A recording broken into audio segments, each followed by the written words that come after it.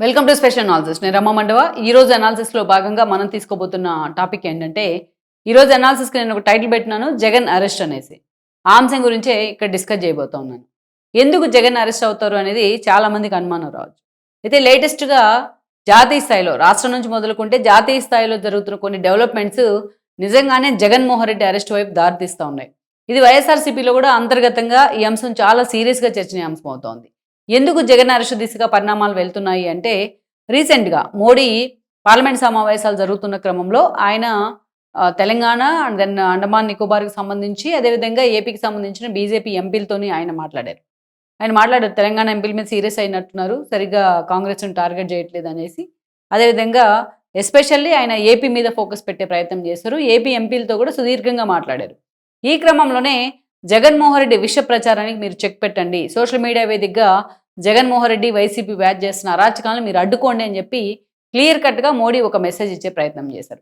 ఇదొక రీజన్ జగన్మోహన్ రెడ్డి మీద బీజేపీ ఎలాంటి స్టాండ్ తీసుకోబోతా ఉంది, బీజేపీ గతం కంటే భిన్నంగా జగన్మోహన్ రెడ్డి విషయంలో ఎంత ఫర్మ్గా వ్యవహరించబోతోంది అనడానికి మోడీ చేసిన కామెంట్సే ఒక నిదర్శనం. ఇంతవరకు కూడా గతంలో మనం చూస్తే 5 ఏళ్ల పాటు మోడీ అనుకో జగన్మోహన్ రెడ్డి ఎంత ప్యాంపర్ చేస్తూ వచ్చినా, బట్ ఎప్పుడు కూడా జగన్మోహన్ రెడ్డిని ఆకాశానికి ఎత్తేసే ప్రయత్నం అయితే జరగలేదు మోడీ వైపు నుంచి. అదే అలాంటి మోడీ కానీ బ్యాక్ ఎండ్‌లో ఉండి జగన్మోహన్ రెడ్డి ప్రభుత్వాన్ని ప్యాంపర్ చేస్తూ వచ్చి, జగన్మోహన్ రెడ్డి చేసిన అరాచకాల్ని తమ అకౌంట్‌లో కూడా బీజేపీ వేసుకుంది. అది 2024 ఎన్నికల సమయంలో గానీ బీజేపీకి అర్థం కాలేదు. అందుకే టీడీపీతో పొత్తుల కోసం పరుగులు పెట్టారు బీజేపీ అగ్రనేతలంతా కూడా ఆ రోజున. అలాంటి సమయం నుంచి ఈరోజు ఆల్రెడీ మళ్ళా ఎన్డీఏతో కలిసే కూటమి ఫామ్ అయింది. BJP and then TDP, Janasena కలిసి. ఈరోజు ఆ 3 పార్టీలు అధికారంలో ఉన్నాయి. గతంలో లాగే పదవులను కూడా పంచుకున్నాయి రాష్ట్రంలో, కేంద్రంలో. అలాంటి సందర్భంలో ఈరోజు మోడీ లాంటి ఒక వ్యక్తి, చంద్రబాబు నాయుడు అవసరం ఉంది ఎన్డీఏకి. అందుకే ఈరోజు చంద్రబాబు నాయుడు అడిగిందే తడవుగా రాష్ట్రానికి నిధుల వరద కురుస్తోంది. ఇంకోవైపు లోకేష్‌ని కూడా మోడీ అనుకో చాలా ప్యాంపర్ చేసే ప్రయత్నం చేస్తున్నారు. గదానికంటే భిన్నంగా మోడీలో గానీ, అమిత్ షాలో గానీ, బీజేపీ పెద్దల్లో గానీ కొంత రియలైజేషన్ చంద్రబాబు నాయుడు విషయంలో. వాజ్పేయి హయాం నుంచి కూడా టీడీపీ ఎంత సాలిడ్ మిత్రపక్షంగా ఉంది అనే విషయం ఈరోజు అర్థమవుతోంది మోడీ అండ్ టీమ్‌కి. ఎందుకంటే వెన్ కంపేర్డ్ విత్ శివసేన, ఒకప్పుడు బీజేపీ అంటేనే శివసేన, బాల్ ఠాక్రే సమయంలో ఒక సాలిడ్ ఫ్రెండ్‌షిప్ ఉండేది వాళ్ళ మధ్య, ఒక సాలిడ్ మిత్రపక్షం అది. కానీ ఉద్ధవ్ ఠాక్రే చేతిలోకి పార్టీ వచ్చిన తర్వాత ఈరోజు బీజేపీకి ఆయన ఎదురు తిరిగి బయటకు వెళ్ళిన పరిస్థితి ఎన్డీఏలోంచి. అలాంటి సిట్యుయేషన్‌లో ఈరోజు నితీష్ లాంటి వాళ్ళు చూస్తే గోడ మీద పిల్లి వాటమైంది. అందుకే చంద్రబాబు నాయుడు ఎంత సాలిడ్ మిత్రపక్షంగా ఉన్నారు, ఎప్పటినుంచి ఒక నమ్మకమైన మిత్రుడు అనేది తనను తాను ప్రూవ్ చేసుకునే ప్రయత్నం చేశారు ఎన్నో సార్లు చంద్రబాబు నాయుడు. అందుకే ఈరోజు మోడీకి, చంద్రబాబు నాయుడుకి మధ్య బాండింగ్ కూడా అదే స్థాయిలో ఉంది. మోడీకి, బీజేపీకి మధ్య బాండింగ్ కూడా అదే స్థాయిలో ఉంది.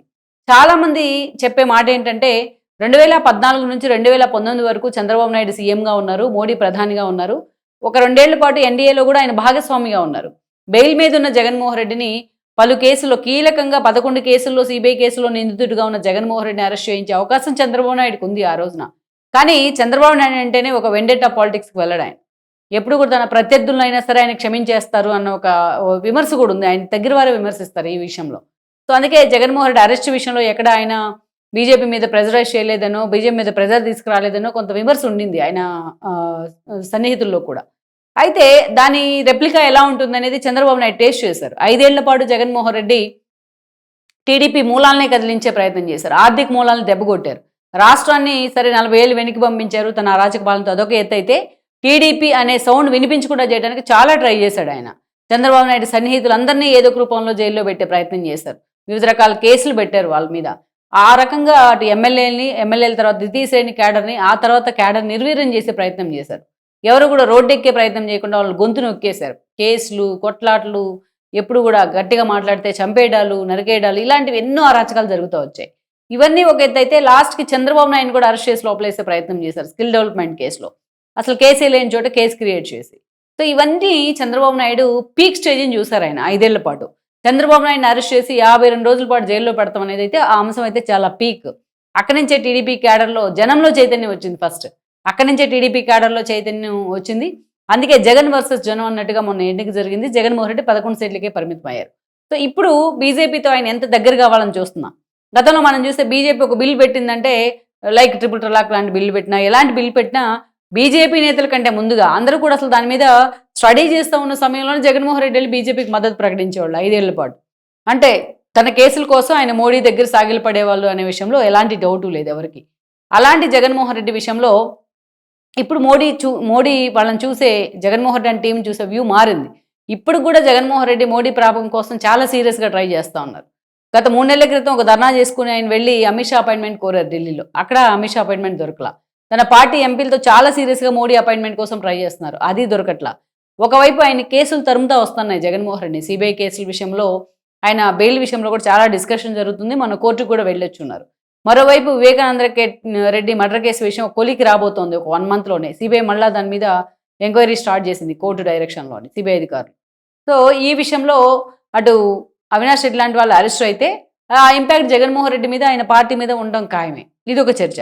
సో ఇలాంటి సమయంలో మోడీ అండదండలు తనకు కావాలనే ఉద్దేశంతో రేవంత్ రెడ్డి లాంటి వాళ్ళు తనని రిక్వెస్ట్ చేసినా బతిలాడుతున్నా సుదర్శన్ రెడ్డికి మద్దతు ఇవ్వకుండా ఉపరాష్ట్రపతి ఎన్నికల్లో రాధాకృష్ణన్కే జగన్మోహన్ రెడ్డి మద్దతు ఇచ్చారు. సో షర్మిల కూడా ఆయన టార్గెట్ చేశారు ఈ విషయంలో. అందుకే మోడీ అంటేనే ఆ స్థాయిలో అంత క్లోజ్ బడ్డీగా క్లోజ్ అసోసియేషన్ మెయింటైన్ చేయడానికి ట్రై చేస్తారు. అవసరమైతే రాహుల్ గాంధీని తిట్టడానికి కూడా ఎంత దూరం అయినా వెళ్తారు జగన్మోహన్ రెడ్డి, అది వేరే విషయం. సో అలాంటి సందర్భంలో ఈరోజు జగన్ అరెస్ట్ అని ఎందుకు అంటున్నాము అంటే ఆల్రెడీ జగన్మోహన్ రెడ్డి మెడ మీద కత్తి వేలాడుతూ ఉంది. ఆఫ్టర్ ఆల్ 350 కోట్లు అని చెప్తా ఉంటారు లిక్కర్ స్కామ్ కేజ్రీవాల్కి సంబంధించి. ఎక్కడో ఢిల్లీలో తీగలాగితే ఏపీలో ఉన్న లింకులు బయటపడ్డాయి. ఏపీలో డొంక కదిలింది. ఆ రోజు తెలుగు స్టేట్స్లో జగన్మోహన్ రెడ్డితో అంటకాగినందుకు కేసీఆర్ పెట్టే కవిత కూడా దాంట్లో అరెస్ట్ అయ్యారు. జగన్మోహన్ రెడ్డి పార్టీ ఎంపీ కొడుకైన రాఘవరెడ్డి అరెస్ట్ అయ్యారు. మాగుంట శ్రీనివాసరెడ్డి కొడుకు. విజయసాయిరెడ్డి అల్లుడు వరుసని సరిచంద్రారెడ్డి కింగ్ పిన్లుగా వీళ్ళంతా సౌత్ కింగ్ పిన్లుగా అరెస్ట్ అయ్యారు. సో ఆల్మోస్ట్ అక్కడ చూస్తే కేజ్రీవాల్ క్యాబినెట్లో సగం మంది అరెస్ట్ అయ్యారు. మొన్న ఆయన ఓడిపోవడానికి శీష్ మహల్ ఇష్యూ లాంటివి కారణం అని చెప్తారు, కానీ అసలు ఈ లిక్కర్ స్కామే కారణం, అతి పెద్ద కారణం కేజ్రీవాల్ ఓడిపోవడానికి. బీజేపీ ఆ స్థాయిలో ఫోకస్ పెట్టింది కేజ్రీవాల్ కోసం. ఈరోజు అంతకంటే 10 రెట్లు ఎక్కువ స్కామ్ జగన్మోహన్ రెడ్డి హయాంలో జరిగింది లిక్కర్ స్కామ్ అనేది. ఈరోజు మొత్తం అందరు చాలామంది అరెస్టులు అయినాయి. కొంతమంది బెయిల్ మీద ఉన్నారు. కేసీ రెడ్డి మొదలుకుంటే ఈరోజు శివరెడ్డి భాస్కర్ రెడ్డి దాకా, మిథున్ రెడ్డి దాకా ఎన్నో అరెస్టులు జరిగాయి. కొంతమంది బెయిల్ మీద ఉన్నారు, కొంతమంది ఆల్రెడీ జైల్లో ఉన్నారు. మళ్ళీ కొంతమంది బెయిల్ కూడా రద్దు చేసిన పరిస్థితి. ఈ టోటల్ ఎపిసోడ్లో అన్ని వేళ్ళు కూడా జగన్మోహన్ రెడ్డి వైపే చూపిస్తూ ఉన్నాయి. ఏ కేసు విషయం నుంచి అయినా జగన్మోహన్ రెడ్డి తప్పించుకోవచ్చు, కానీ ఈ కేసు విషయంలో జగన్మోహన్ రెడ్డి తప్పించుకోలేరు అనే ఫర్మ్గా ప్రచారం జరుగుతోంది. ఇంకోవైపు చూస్తే ఈ కేసు విషయంలో ఈడీ కూడా ఫోకస్ పెట్టింది. గతంలో శ్రీకృష్ణదేవరాయలు కానీ, ఎన్నికలకు ముందు పురంధరేశ్వర్ కానీ ఈ కేసు విషయంలో ఈడీ ఎంటర్ కావాల్సిందని చెప్పి వాళ్ళు కంప్లైంట్ కూడా చేశారు అమిత్ షాకి. అందుకే ఈరోజు ఈడీ పూర్తి స్థాయిలో మినిట్ మినిట్ అప్డేట్ తీసుకుంటా ఉంది. ఈ క్రమంలోనే మొన్న జగన్మోహన్ రెడ్డికి సంబంధించిన సన్నిహితులలో ఐటీ సోదాలు కూడా జరిగాయి ఈ విషయానికి సంబంధించి. సో ఓవరాల్గా మనం చూసినట్లయితే ఈ కేసు విషయంలో చాలా సీరియస్గా ప్రభుత్వం ఫోకస్ పెట్టింది. ఇప్పటికే పూర్తి స్థాయి ఆధారాలను కూడా సిట్ సేకరించింది. ఈ క్రమంలో అన్ని ఆధారాలతో అన్ని వేళ్ళు కూడా బిగ్ బాస్ వైపే చూపిస్తా ఉన్నాయి. అందుకే బిగ్ బాస్ అరెస్ట్ అని చెప్తా ఉన్నారు. జగన్మోహన్ రెడ్డి సిబిఐ కేసుల నుంచో ఈడీ కేసుల నుంచో తప్పించుకోవచ్చు, కానీ బట్ ఈ కేసు విషయంలో మాత్రం ఆయన తప్పించుకునే ప్రసక్తే లేదనే చర్చ జరుగుతుంది. పూర్తి ఆధారాలన్నీ కూడా ప్రభుత్వం సమకూర్చుకుంది. ఈడీ కూడా ఈ విషయంలో ఫోకస్ పెట్టిన పరిస్థితుంది. అందుకే ఈ రోజున ప్రత్యేకంగా జగన్మోహన్ రెడ్డిని అరెస్ట్ చేయాలంటే పోయి మోడీ పర్మిషన్, అమిత్ షా పర్మిషన్ అడగాల్సిన అవసరము టీడీపీకి లేదు. అలాగని ఇన్ఫర్మేషన్ ఇచ్చినా మోడీ లాంటి వాళ్ళు గతంలో లాగా జగన్మోహన్ రెడ్డి అరెస్ట్ కోసం అడ్డుపడే ప్రసక్తి లేదు. క్లియర్ కట్గా మేము జగన్మోహన్ రెడ్డి విషయంలో ఎలా ఉండబోతున్నాం, జగన్మోహన్ రెడ్డి మద్దతు మాకు అవసరం లేదు అనే ఒక క్లారిటీగా ఒక clear cut indication Modi and batch ఇచ్చే ప్రయత్నం చేస్తూ ఉంది. అందుకే జగన్మోహన్ రెడ్డి లిక్కర్ స్కామ్ వ్యవహారంలో జగన్మోహన్ రెడ్డి అరెస్ట్ తప్పదనే ప్రచారం మాత్రం చాలా సీరియస్గా జరుగుతోంది పొలిటికల్ సర్కిట్స్లో. మరి ఈ విషయంలోనే దీని నుంచి తప్పించుకునేందుకే జగన్మోహన్ రెడ్డి పదే పదే మోడీ అపాయింట్మెంట్ కోసం ప్రయత్నం చేస్తూ ఉన్నారని కూడా నాకున్న సమాచారం. లెట్స్ సీ మరి ఈ విషయంలో నిజంగా కూటమి ప్రభుత్వం అంత ఫర్మ్గా జగన్ మీద ఫోకస్ పెడుతుందా అన్నది కూడా మనం చూడాల్సి ఉంది. Please share, like and subscribe R24 Telugu YouTube channel.